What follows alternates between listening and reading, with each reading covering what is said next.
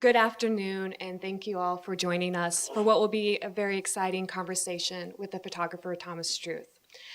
My name is Andrea Nelson. I'm Associate Curator in the Department of Photographs. I am not Sarah Greeno. I am stepping in for Sarah. She had to, something came up at the last minute, so she will not be here today.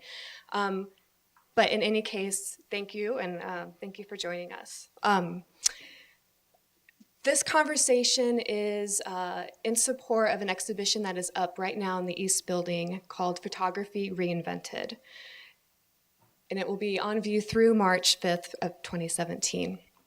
So this exhibition consists of 35 photographs by 18 international celebrated contemporary photographers.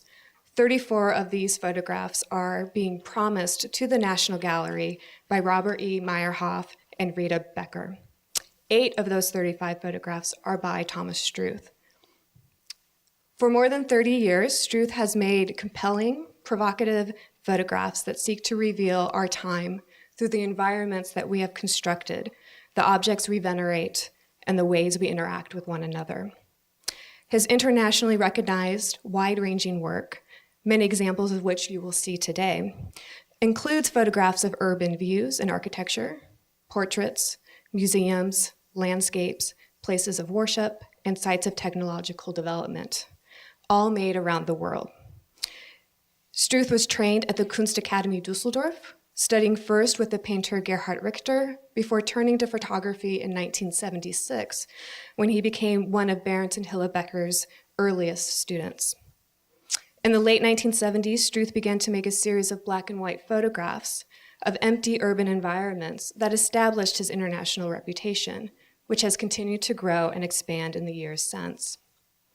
He has been awarded numerous prizes and residencies, including the Werner Metz Prize for Photography, Maastricht, the Netherlands, Spectrum International Prize for Photography at the Stiftung Niedersachsen in Germany, and an honorary residency at the Villa Aurora in Los Angeles. He has also made numerous one-person exhibitions in this country and abroad, including ones at the St. Louis Museum of Art in 1993, at the Sprengel Museum in Germany in 1997, the National Museum of Modern Art in Tokyo in 2000, and the Dallas Museum of Art in 2002, and more recently at the Metropolitan Museum of Art in 2014. This is all along with a major retrospective, Thomas Struth Photographs, 1978 to 2010, that was shown in Dusseldorf, London, and Portugal. In addition, his most recent exhibition, Thomas Struth, Nature and Politics, which was co-organized by the Museum Folkwang in Essen and the Martin Gropius Bau in Berlin, has just opened at the High Museum in Atlanta this past week. So please join me in welcoming Thomas Struth.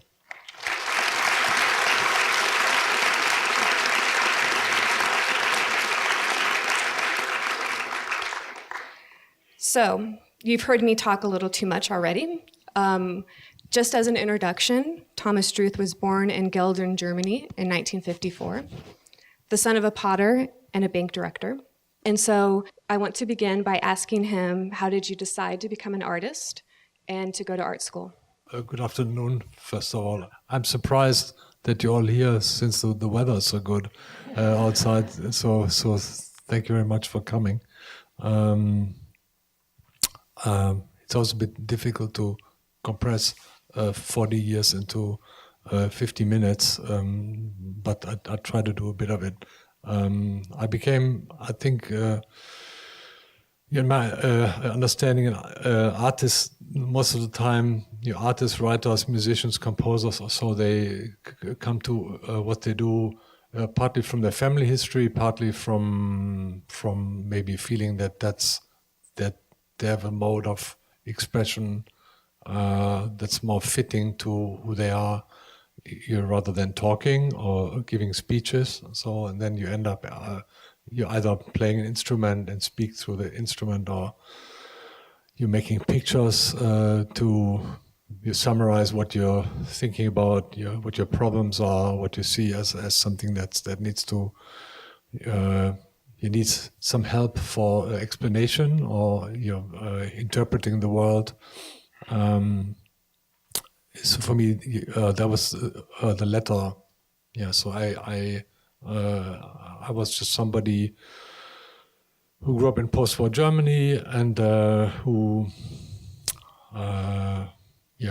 was not so good in speaking, which some of you where there's some sort of leftovers still hanging around with me, but not as much as 20 or 30 years ago, where I was always, when I had to speak or was invited to speak, before I felt that they're gonna hang me or something like that, which was really strange. So anyway, I was very much attracted to art because I've felt it had a kind of liberal space. I thought, artists, when I was a young kid, when I was 13 or 12, 13, 14, I was attracted to art because it had this promise of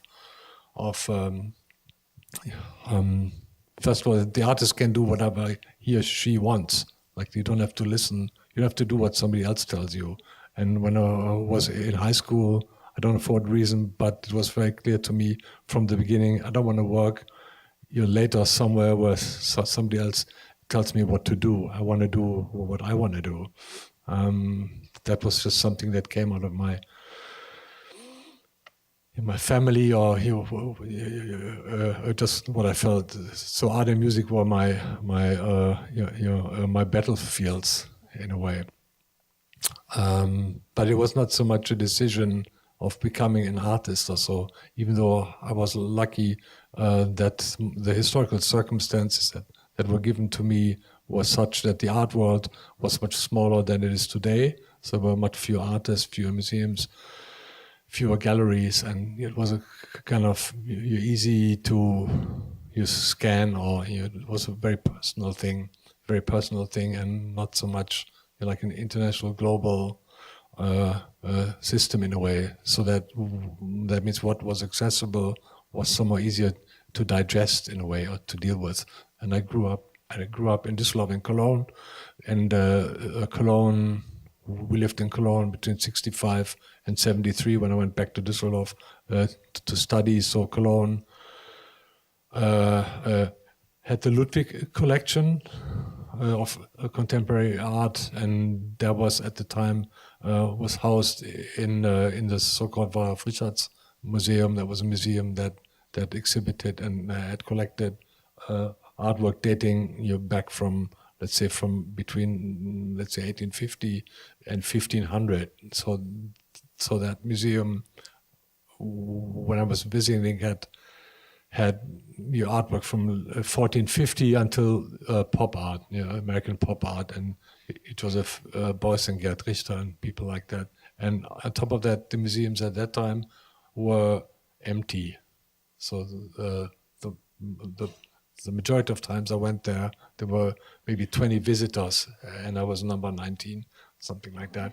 So it was wonderful because you could just spend time in front of works of art and be attracted, be marveling, be wondering, be excited, be angry, or whatever you felt. So, but the majority of what it was, I was able to listen to my own reactions, sort of, because I think today we live in an era where there's not much space for that. That's why there's so much, like, people want to do yoga and want to go to meditation, and so reach out and try to recreate a situation where you can do that, where 40 years ago or 35 years ago, there was not so much yoga and not so much meditation because there was a lot of space to listen to your inner processes. And these days, as we all know, when you are in any given situation, like three people sit at a table at breakfast in a hotel, and everybody looks at their phone, and then occasionally they talk with each other, but then they go like back to their phone. So anyway, this is an example what we talked about before at lunch. When you are born, you have three gifts. To whom you were born, who your parents are, where you were born, and when you were born, and that's what you have to deal with, and you sort of have to make the best out of it. So let me. So yeah. Anyway, so when I was a kid, when I was at high school, I loved drawing, painting. You do it myself, and I loved music, and I had, but it was kind of a private thing. I was just attracted to it. That's what I was talented with. And my mother was a potter, so she was kind of excited that one of her children showed some interest and talent. So she would buy art books, Cézanne, and all the rest of it, and that was sort of somehow she did something that was great. I thought in retrospect she supported it, but she didn't overwhelm me with her excitement, and she was not. You're not narcissistic about it. She was not thinking, "Oh, that's because of me." My son has a talent, which was really interesting, and I appreciate that very much. When I studied, when I left high school and went to the academy in Düsseldorf, I felt it's becoming more public, or there's a different context, and it's a very important moment when you leave high school and you go to college. It's a different, as you all know here, who've made that experience and who have children who do that. It's a different step. You're like participating in your life. You're meeting new people. The context changes, and it changes again very much when you leave college or when you leave university. There's a big anxiety. So what am I doing now? What's my context? What's my group? And so forth. So when I started at the academy, I thought I should, instead of using photographs that somebody else did for my paintings, that I should do the photographs myself. So I went out in the street and photographed people. And at that time, I didn't know anything about photography history. So I didn't know Walker Evans or August Sander or Winogrand or anybody like that. I just, I made pictures with the camera. These are just a few examples that I never exhibited or never used as my work. And even there were pictures like this that when I much later came to know Walker Evans and I went through the books, I thought, I can't believe it. This looks almost exactly like what Walker Evans did, at least sometimes. Did you have a sense of how innovative the work around you was, of your teachers and around the kind of art community when you were going to school? Well, it was, I have to say, it was, as I said, my interest in art or what my practice was very, very private in a way, and it was referring more to your modern art than to contemporary art. And when I entered the academy, after a few weeks where I didn't know what to do, I thought, what am I doing here? I was sort of shocked of noticing that's many of the other students had been totally immersed already in the contemporary art, your dialogue, and I felt really stupid. I thought, oh, I have no idea. Of course, I knew Gerd Beuys and Richter, but I hadn't, how can I say, I had a very naive stance to that because I don't know why, it just happened like that. And then I also learned quite quickly about that being an artist, it means you to take a position, for this or for this or for that. So it's really like your territory where people fight amongst each other. So there were many students, let's say, were standing for certain positions in art who were very dismissive and arrogant to other students who said these students are idiots because they paint lemons or something like that, or they do something we find completely terrible and ridiculous. So, and I was a bit shocked about this kind of judgmental attitude. So that was So I slowly learned about categories and what they represent, and that that at the basis of making art are the reasons for making art, for doing something. That's the main. That's actually the main thing to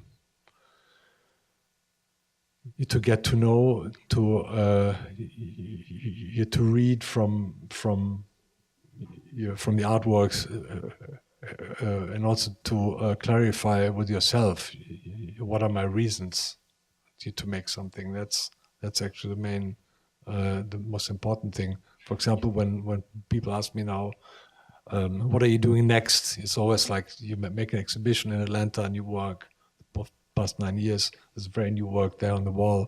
Then the first thing that everybody asks you, what are you doing next? I'm thinking.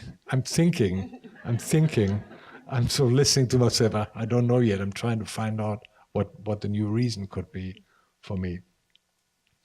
So let me go a bit further. So then I decided photographing these people in the street is too, what can I say, it doesn't lead to anything much. I thought these kind of, it could be these people or some other people, and it didn't, after doing that for 1 year, it didn't mean anything much to me, or dropped interest. And then I realized it's interesting to photograph the street because the architecture looks exactly the same as these people. So it's just only in a broader sense. So I decided to make a group of central perspective street photographs that are also referred to typology, even though I didn't know the Becher's work at the time. I just felt I wanted to give it a less personal perspective and do something like a research, not a research, but a typology to study the atmosphere of the street or the atmosphere of a place. So I had this idea to make a grid of 7x7 street pictures that I made on one Sunday or one weekend in Düsseldorf and exhibited at the annual student exhibition. So that was my wall here with this 49 street pictures and 2 rows of portraits of people. Then after that, Gerhard Richter said to me, the Bechers are coming, and I thought, who are the Bechers? I don't know, what are you talking about? So then he explained that there would be photography department at the academy, and since I felt that my painting time had ended, I thought I might as well make an appointment with the guy and show him my work and see what he says. And he, after looking at my work, he invited me to have a soup with him, like to go to a restaurant and have lunch. And I thought this is very unusual thing to happen. So I joined him as one of the first students. And then from then on, he introduced us, or me, to working with a large format camera, which changed a lot for me because it's a very much slower process and it's much more about composition and these things. But I continued photographing streets in a more systematic way and extended that then to other countries, other cultures. But I kept for a long time, maybe until 1984. So more or less for during 7 years, I kept the central perspective composition as something was just my thing, which in retrospect I felt has something to do with just studying what photography does and how to train myself, the craft and the precision of looking and editing. So as you were studying photography then with Bernd Becher, were you starting to kind of go and read more about photography history? Are photographers starting to influence the way that you're working? You said you've switched from 35 millimeter to a large format camera. So really your whole approach to the street photography was starting to change. Were you finding new influences based in photography? Well, the Bechers, that was a strange, I mean, for the most part, or for the most people, if they would have witnessed what studying with them was like, it would be very surprised because studying with them meant mostly you had to get a call by Bernd and say, let's meet at the Greek restaurant at 12, or we would call at 7 in the morning or 6:30 and say, oh, yeah, did you also hear that your ACFA will stop making that paper? So what do you do about it? So it was very kind of casual, and they were very committed, and sort of exposed us. They showed us books, Evans, Ajay, Stephen Shaw. Stephen Shaw was something much later, but they just shared all their knowledge. And usually one would go also to their studio, and they would show the most recent stuff they had photographed and the prints they had made, and they talked about what they did, the things that they liked, and the pictures that they thought were successful, and also pointed out things that were not satisfied yet. So they said, in this the point of view should be 2 feet higher because I want to see the base of the water tower, and it's kind of hidden by the truck or by the tree and stuff like that. So they were very very open with what they were thinking, which was, I think, and they were really quite humble in a way. Yeah. So they didn't show off you being the professor or the teacher, and I think that had a big effect because what it did actually, you created more confidence in their students. Being unarrogant, being accessible, being in contact, on a very kind of everyday level. But also for me, the most important thing with them was also that the diversity of interests they had. So they were interested in photography, they were interested in painting, they were interested in politics, they were interested in movies. Hiller was very interested in the history of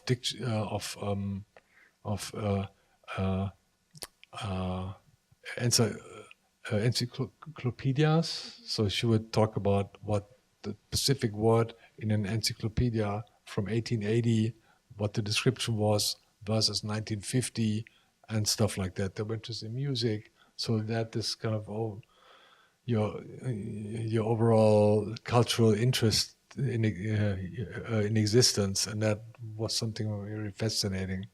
They were interested in food. There was a huge very rich palette of interests. Does this fit into your interest in the atmosphere of the street, the atmosphere of the city? Yeah, That's what you described. I think that was just something very. For example, when you grew up in Germany, in post-war Germany, you saw the architecture was very telling.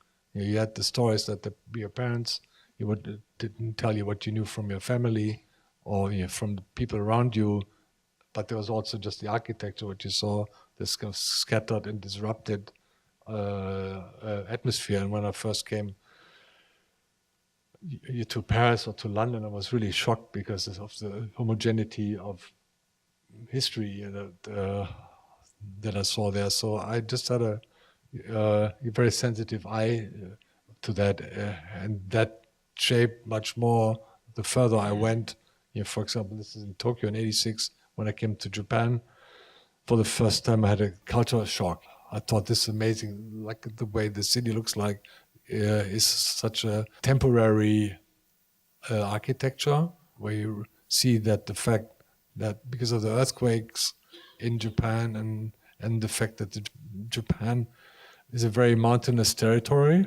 In general, they don't have so high mountains, not many, except for in the middle of Honshu, there's a kind of Japanese Alps, so higher mountains, but in general, and the Japanese only build where it's flat. It's not like in Switzerland where they build up the mountain, or in Naples where they build up the Vesuvio.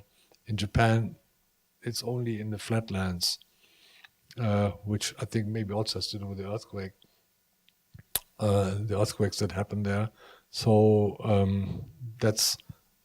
I believe how the traditional Japanese architecture developed over the centuries, and also the modern buildings look very kind of temporary and not permanent in a way. And I've found that very interesting, how the whole thinking in Japanese culture is sort of shaped by that. So in a way, in these photographs, then in the 80s, I after the process of editing what I'd done before, for example, in Düsseldorf, I made 300 street photographs with 5x7, but then I realized there's only 2 or 3 which summons up what this is about, and then from then on, I started to be much more critical with the location scouting. And that's until today, that's one of my, I would say, strengths also, because I'm a very merciless editor, and that's to a certain extent sometimes not so easy, but I think that's very important when you photograph. So these pictures for me are all examples of a certain mentality or examples of a certain phenomenon that I encountered and that I try to capture in one picture.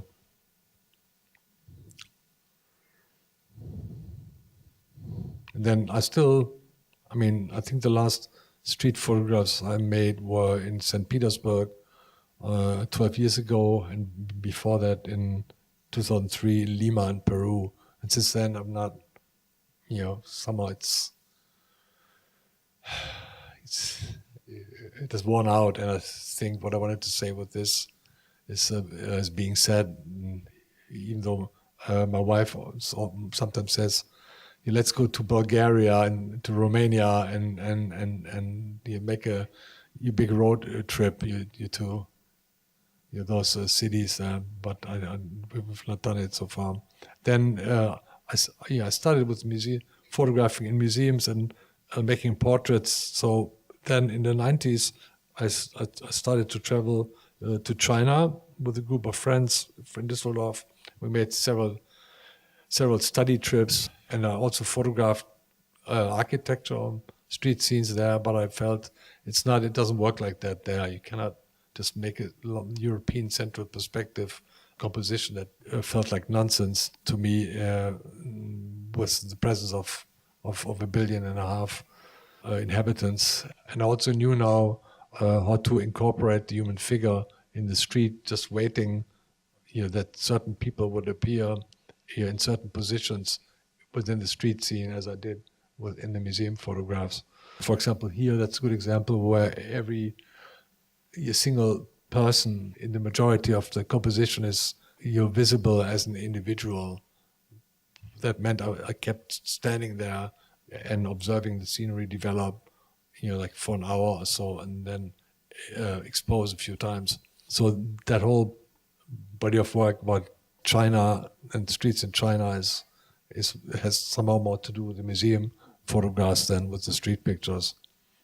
Then I did one body of work that is about jungles. It's not so much about jungles. It's more about something like tabula rasa. So it's more about non-identification. But during that time also I felt I want to re-photograph some architecture, some places, but they some of them intuitively I thought they should be large prints, so it's not as big as this, similar to some of the pictures upstairs, because I felt they're even more the general examples of one kind of urban environment or about some kind of mentality that is necessary to shape the environment like this. So this was in Tokyo, this was in Dallas. So this is a kind of picture about two eras of architecture. One that is made with brick, or where the elements that is used for the architecture has a human scale, that relates to the human body, and what you see behind does not anymore. is an architecture that comes from looking at architectural models, like a maquette, and then the beginning of computer designed architecture that has a completely different atmosphere. I was looking to talk about this, and this seemed to be a good example. So it's a kind of fairy tale nightmare picture of architecture. Well, I was just going to say, so what has happened now from the 70s and as you moved into the 80s, you've turned to color and you've turned to very large scale works. Some of that I think was happening as you were still a student in Dusseldorf. But can you talk a little bit about the change to color, the change to larger scale? Yeah, some of these things happened. Like when I started at the academy, the photography class did not have a color developer. So the simple fact of that and the absence of money led to the fact that I was only able to do something that I was able to do myself. So developing black and white negatives and making prints was something I could do in the academy, and it also required funds, but they were not as expensive as having a color negative developed at the lab, get a contact sheet, and then have them make the prints. It was just beyond my budget at the time. By the time that Thomas Ruff came to the academy, he bought a color developer, but I was almost finished with my studies, so there was kind of just happenstance, and I did some pictures in color in Paris when I photographed Bourguenel, this modern quarter, but I actually asked Thomas Ruff one time to spend 2 days with me to print my stuff with him together in the dark room. But it was only 5 pictures that I thought were necessary to pick the color. And to the large format, I got to color. In principle, I got actually when I was through my time, the time I spent in Naples in Italy in 1988. I spent 10 weeks in Naples, which changed my life quite a lot. And I met through a friend these restorers. One of the pictures is upstairs, and I made a portrait of them, and we discussed that before. And I think I'll do the picture. Yeah, the picture comes later. Here, it was actually something. Kind of history is in transformation. You see big space, which used to be a refectory, which is the dining room in a monastery, empty at San Lorenzo Maggiore in Naples, and it was used as a storage room for paintings which were not safe in other empty churches in Naples because they would get stolen. So you just see a room with these stored paintings standing on easels or leaning against the wall, and that was for me an expression of your history in your intransitory position, and the 4 restorers that are portrait, which at the time I thought it's a family portrait of 4 restorers, but what I realize now, it's not so much about the family portrait, but it's kind of a notion about the interpretation of history. You're in transition, and it's about the realm of your religion versus just ordinary, like people, a group of people who deal with it, who are people here and now in front of it. So that was actually the thing that really, I think, intuitively he evoked you to make that picture. And then from then on, that was the first photograph I thought that needed to be bigger, simply because the people in the photograph are not big. And if I would have made a print like that, it would have been like this big. So, and you couldn't see anything. So it needed to be bigger. Well, it seems also your pictures, especially with architecture, are very much about public space. And the role of people in that space somehow dictates the scale or helps to dictate the scale of the pictures.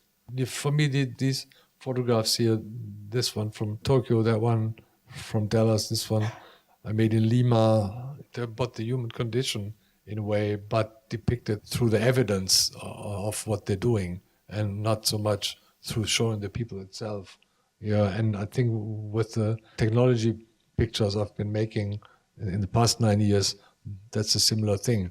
I wanted to show you what the brains are doing, like what the brains look like and how it turns into sculpture. So the absence of people in the photographs is necessary to show the evidence as something that was here before, or here, or in the guts, depending on how you look at it. This is El Capitan, the mountain in Yosemite National Park.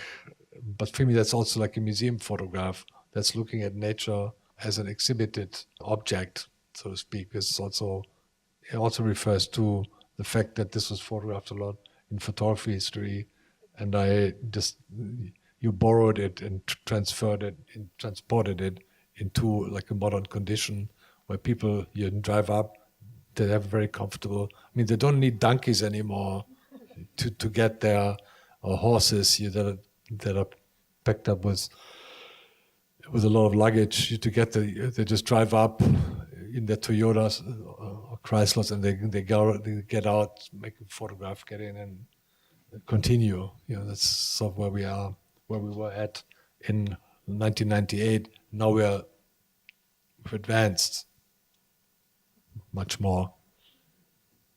Well, just for the sake of time, maybe we can advance to some of Yes, the absolutely. museum pictures. Right, so because you're starting to observe others observing, either paintings, Right. art, nature. So then we make a small detour through portraits that I still do. That's something, I mean, the street pictures don't interest me anymore so much. I mean, they do what I did, but not as a practice, but I still do family portraits because that's just an ongoing fascination with other people and with the family stories of family dynamics, and just with the situation to look at them all together and acknowledge a particular moment they're in. Do you think of the portraits, for example, as a distinct series from the street pictures, or? Yeah, well, I mean, so let's put it that way. It seems to me often, and it's a bit hard to describe that when I was in puberty, when I was still going with my family to the church. I was raised Catholic, so we went to church every Sunday until I was 16. But like everything that I was thinking about, going from being 13 to 17, so relationship, family, history, religious beliefs, architecture, and on a kind of factual and philosophical and emotional, personal or general level. And that was all stuff we discussed like amongst my friends. We had like a special group of friends at high school. It seems to me that all that you keeps on going until today. Those are my principal interests in a way, and each of the bodies of work I've been doing have to do with one chapter of what I was thinking about when I was 16. This is just something where you start to analyze what you're thinking and the problems you deal with, or what fascinates you. So your work might be more personal than we would that's why think just from the surface of it. Yeah, I mean, that's why when people talk about objective your photography, I'm always thinking, you got to be kidding. It's just, I mean, it's such a strange thing because first of all, to take a large format camera somewhere to do anything is hard work. It's physically, bodily hard work, and so in order to do that, you really have to be motivated. You have to be really motivated. So So anybody who thinks that's something objective, that's just a strange interpretation. The objectiveness or the analytical, that's the thing that comes from you wanting to compare and get things through so to analyze things through a system and through comparison. If a composer doesn't know the difference between E flat and E minor or D, you can't do anything. So like you have to know what you're doing in a way, and that comes through comparison and being able to distinguish. And also that's a human notion, just in the amount of anxiety one has to be with your vulnerable body and your vulnerable psyche on this planet, with people to try to not get hurt or try to survive and try to you do something constructive or so. It needs capacity to distinguish or to learn and to say this is that, and that's a different quality. And so you're constantly editing. Like everyone in that room here is every day is editing something. They're deciding against and deciding for something. And you do that by comparison. You think about, shall I do this? Or shall I do that? So that's what I'm doing. So that's the picture that I was talking about. And interestingly, what I just mentioned before is something that never occurred to me, but as we were talking about it at lunch, I thought this is really why I did this, because I was shocked that history being represented through the paintings in this kind of unheroic manner was the expression of history in transition, where the reading of history is on the move. That's just an example. And these people they're just standing there very casually, and they're your restorers. So they restore your history by restoring paintings and making them you're more clear again and bringing them again to life, which of course had a lot to do with my past as a painter. So when I look at a painting, I know exactly what I see, what the craft, just what they were doing.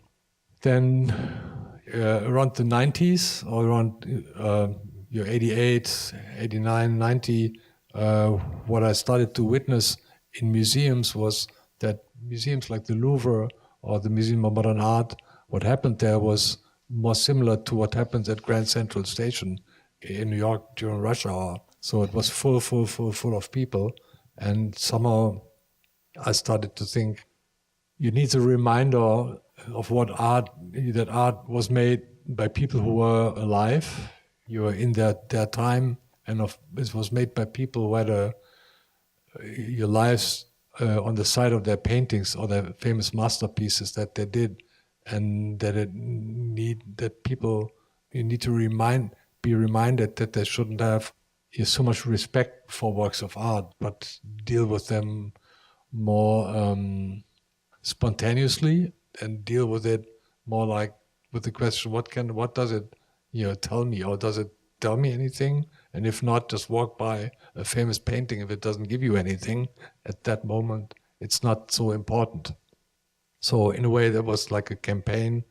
So for example, this is one example where Japanese folks are standing in front of a very explosive, dramatic, super dramatic thing, which was a painting made by Géricault about the raft of the Méduse. There was a political statement, as maybe many of you know, that a French general had abandoned a French military ship and left the team on board, which was an extreme scandal in France. And I think 7 or 8 people, or 5 or 6 people, only survived this. After being on that raft and partly eating the flesh of other people on the raft who had died. And so that was a very big scandal in French history. And Géricault made a painting after this as a statement about this. So that was not something that came by fantasy, but it was actually, and he even, to make the painting, he got some dead bodies from the morgue to use as models to make his painting. Now, that connection, for somebody who doesn't know that, that connection doesn't exist anymore. But I was interested in the fact that it seems that the group of Japanese people in front of that painting says something about impossibility of transgression from Japanese culture and being born in Japan to the French history. There's just a very big gap between there, and it's something where you ultimately somehow stay foreign to that culture, and it's just what it is. There's nothing bad about it. This is something inevitable. So that's why this distance and this kind of awe, it was interesting for me. So I was kind of studying your situations and possibilities of what can happen when you're in dialogue with the work of art. Well, and that's an experience that, we all can have. We all, in coming across something that is maybe foreign to us or of a different culture, it's how do we translate that? How do we learn? How do we understand that? Then also something quite interesting happened. What I did is by mingling photography and painting in that way was in a way that as soon as you photograph, like every moment, we live in this strange thing of your forward walking presence. So now we're already here, like talking. I'm talking for 40 minutes, and like the moment you came into this room, and you thought, strange, we're wondering what Thomas Struth is like. Also, maybe I should have been sitting on the lawn outside and have a picnic. So whatever, that's already over. So we always live in this mingling of your past memory archive in your brain or in our heart and the presence, marching forward and what we want to do next. Some people think, next year I can retire. I can come to every talk here, whatever. And especially in that picture, what struck me was, I photographed people, and as soon as they get photographed, they become history. So they become kind of the past. But by applying photography on the painting, it becomes, just because it's a newer technique of a picture, it becomes more contemporary. So in a way, like the visitors go back and the painting comes forward and they come kind of closer to each other. And I found astonishing that big painting by Veronese never looks as fresh as in my photograph. When you go there and look at it, you think like, oh my God, that is really old. But in my photograph, it looks like a nice party. It's a nice brunch that Christ had with the apostles in the house of Levi, with some Venetian guests who are about to leave. Well, it's both a photograph of a moment in 1992 and a photograph of a painting that is really, really old. So you bring them together. Are there a few things that you'd like to show before we open it up to other questions? As you mentioned before, I opened an exhibition in Atlanta at the High Museum just last Thursday, called Nature and Politics, which is about the technology photographs I've been taking in the last 9 years, of which one was thankfully acquired by Bob Meyerhoff and Rita Becker. So there's about 35 pictures there. And the show goes until January 9, I think. So I think the show looks really spectacular. So for anybody who goes to Atlanta, please go and see it.